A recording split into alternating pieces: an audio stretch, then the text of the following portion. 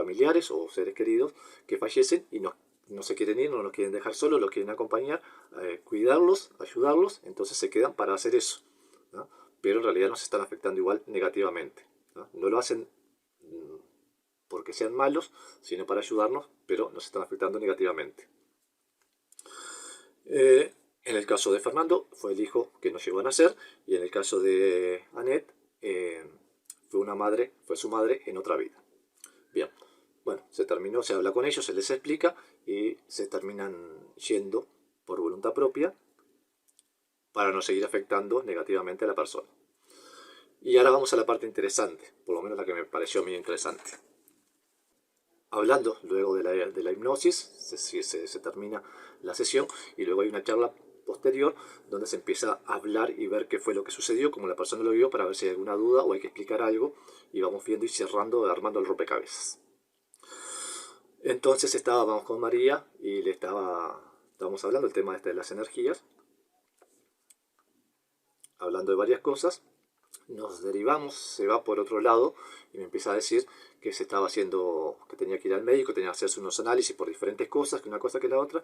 Y bueno, una de las cosas es el dolor que tengo en la cadera, que después que nació Marcos, ¿no? O antes de nacer Marcos o por ahí fue que empezó ese dolor, que hasta el día de hoy, hace varios años, tenía ese dolor en las caderas. Bien, y ahí fue cuando yo le pregunto, Fernando, este bebé que nos llegó a nacer, entre quién y quién, entre cuáles de los hijos, fue que había quedado embarazada de él y que no había nacido. Y ahí cuando me va a responder, hace este gesto. Se agarra la cabeza y hace así. Ahí es cuando la persona entiende. Ahí es cuando no le queda dudas a la persona. Ahí es cuando entiende cómo es que estas energías nos pueden llegar a afectar. Porque Fernando, el bebé que no nació, estaba su hijo Pablo, Marcos y Fernando, el que no nació, estaba acá. Y el dolor en la cadera fue en el momento o antes de Marcos. Y cuando hablamos con las energías, siempre están alojadas en una parte del cuerpo, ¿no? O sea, pueden estar en la cabeza, en el pecho, en las rodillas, en las piernas, en los brazos. Pueden estar en cualquier lado.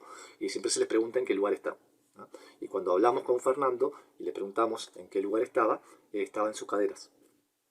Entonces ahí fue cuando se dio cuenta que ese dolor en las caderas le había comenzado luego de que Fernando no había nacido, cuando había muerto, o sea, antes de nacer, ¿no? Y de ahí en adelante le había empezado ese dolor en las caderas.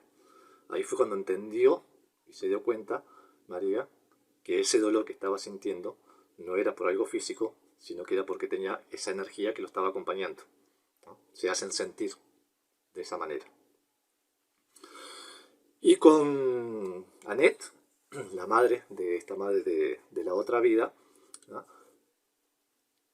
Exactamente lo mismo. Empezamos a hablar, llegamos a hablar de Annette y le pregunto, le hago recordar, bueno, a ver cuando llegó Annette, qué fue lo que pasó, cómo pasó, y cuando ella me dice, sí, porque bueno, yo era su hija, entonces yo fallecí con 6 años y ella no soportó y se le partió el pecho y quedó así.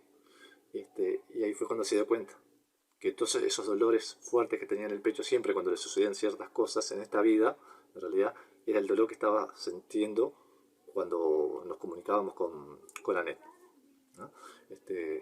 No es que nos hagan ellos a propósito sentir un dolor específico, ¿no? Sino que es lo que nosotros sentimos, cómo lo interpretamos, ¿no? Ahí es cuando nos damos cuenta. No sabemos qué es eso, pensamos que es cualquier otra cosa, pero no nos damos cuenta.